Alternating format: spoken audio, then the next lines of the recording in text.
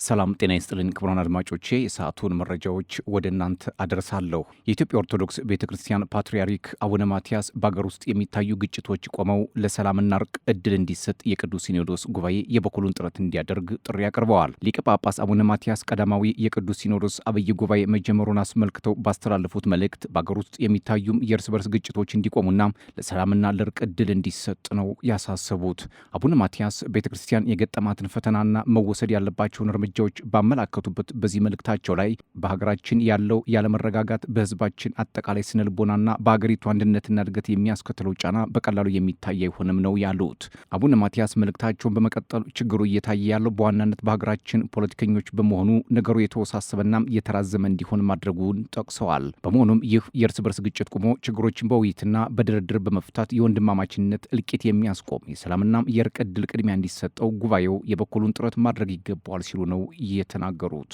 ሌላው መረጃም በኦሮሚያ ክልል ምዕራብ ሸዋ ዞን ኖኖ ወረዳም ከጉራጌ ዞን የተነሱ ናቸው የተባሉ ታጣቂዎች በፈጸሙት ጥቃት 12 ሰዎች መገደላቸውና የጸጥታ ኃይሎች ደግሞ 22 መግደላቸውን ነዋሪዎችና የአካባቢው ባለስልጣን ተናግረዋል።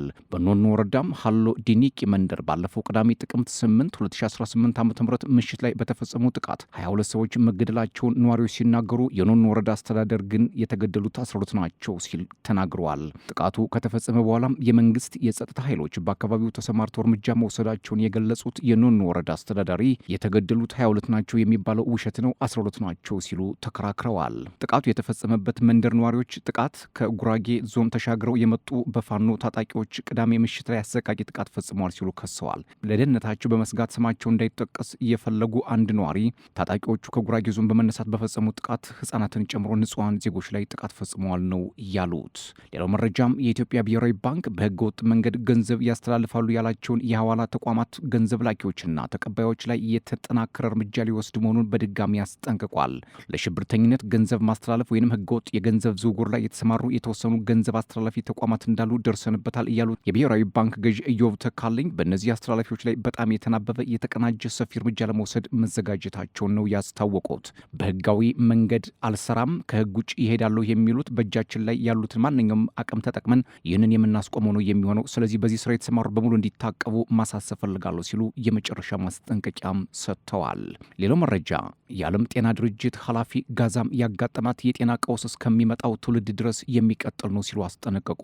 ዶክተር ቴዎድሮስ አድሃኖም እንደተናገሩት በጋዛ ሰርጥ የሚኖረው ህዝብ ውስብስብ ፍላጎት ለመመለስ ከፍተኛ የሆነ እርዳታ ፍሰት እንደሚያስፈልግ ነው የገለጹት። እስራኤል ከሐማስ ጋር የተኩስ አቁም ከደረሰች ወዲህ የመድኃኒት አቅርቦትና የሰብአዊ እርዳታ እንዲገባም ፈቅዳለች። ነገር ግን ዶክተር ቴዎድሮስ አሁን እየገባ ያለው የሰርጡን የጤና ስርዓት ለመገንባት ከሚያስፈልገው በታች ነው ብለዋል።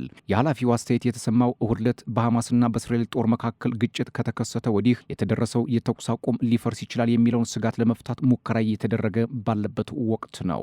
ሌላው መረጃ የአሜሪካው ምክትል ፕሬዚዳንት ጄዲ ቫንስ ሐማስ ትጥቅ ለመፍታት የማይተባበር ከሆነ ድምጥማጡ ይጠፋል ሲሉ ተደምጠዋል። ጄዲ ቫንስ የጋዛ የተኩስ አቁም ስምምነት አተገባበር ከሚጠበቀው በላይ በተሻለ ሁኔታ እየሄደ ነው፣ እንዲሁም ስምምነቱ ጸንቶ ይቆያል ነው ያሉት። ቫንስ እስራኤልን በጎበኙበት ወቅት ታጣቂ ቡድኑ አሜሪካ በምክረ ሀሳቧ ላይ ያቀረበችውን እና ገና ስምምነት ላይ ያልተደረሰበትን ትጥቅ መፍታት በመጥቀስ ሐማስ የማይተባበር ከሆነ ከምድረ ገጽ ይጠፋል ነው ያሉት። የአሜሪካው ፕሬዚዳንት ዶናልድ ትራምፕ በበኩላቸው በመካከለኛው ምስራቅ የሚገኙ የአሜሪካ ታላላቅ አጋሮች ሐማስ ተገቢ ባልሆነ መልኩ የሚቀጥል ከሆነ ሐማስን ለማስተካከል ወደ ጋዛ በከፍተኛ ኃይል ለመግባት ዝግጁ ናቸው ሲሉ ጠቅሰዋል። ቫንስ ወደ እስራኤል ያቀኑት ውርለት በሐማስና በእስራኤል ጦር መካከል ግጭት ተቀስቅሶ 12 ቀናት ያስቆጠረው የተኩስ አቁም አደጋ ላይ የወደቀ በመሰለበት ወቅት ነው ተብሏል። ሌላው መረጃ ዶናልድ ትራምፕ ከሩሲያ አቻቸው ጋር በዩክሬን ጦርነት ላይ ተገናኝተው ለመነጋገር የያዙት ቀጠሮ እንዲዘገይ ከተደረገ በኋላ ያለ ፍሬ የሚጠናቀቅ ስብሰባ እንዲሆን እንደማይፈልጉ ተናግረዋል። የአሜሪካው ፕሬዚዳንት ለሁለቱ ሀገራት የተኩስ አቁም ንግግር አጣብቂኝ የሆነው ሩሲያ ውጊያ እያካሄደች በምትገኝበት ግንባር ተኩስ ለማቆም ፈቃደኛ ለመሆኗ እንደሆነ ማክሰኞ ዕለት በዋይት ሀውስ ተናግረዋል። ቀደም ብሎ የዋይት ሀውስ ባለስልጣን በቅርብ ጊዜ ትራምፕና ፑቲን እንዲገናኙ ምንም እቅድ የለም ማለታቸውም የሚዘነጋ አይደለም።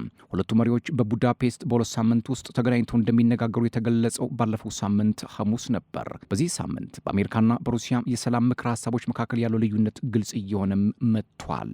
በመጨረሻም ዩክሬን በዩናይትድ ኪንግደም በተሰራው ስቶርም ሻዶ ሚሳይሎች የሩሲያን የኬሚካል ፋብሪካ መምታቷን የአገሪቱ ጦር ማክሰኞ ዕለት አስታውቋል። የሩሲያ የአየር መከላከያ ስርዓትን አልፎ የተፈጸመውን ጥቃት ስኬታማ እርምጃ ሲሉ የገለጹት የዩክሬን ጦር ኃይሎች በአጠቃላይ ግዙፉ ሚሳይልና የአየር ድብደባም ያደረሰውን ጉዳት እየገመገሙ መሆኑን ተናግረዋል። ክሬምሊን ምዕራባውያን ለዩክሬን የረዥም ርቀት ጥቃቶችን መፈጸም የምትችልበት የጦር መሳሪያ እንዳይሰጡ ስታስጠነቅቅ ቆይታለች።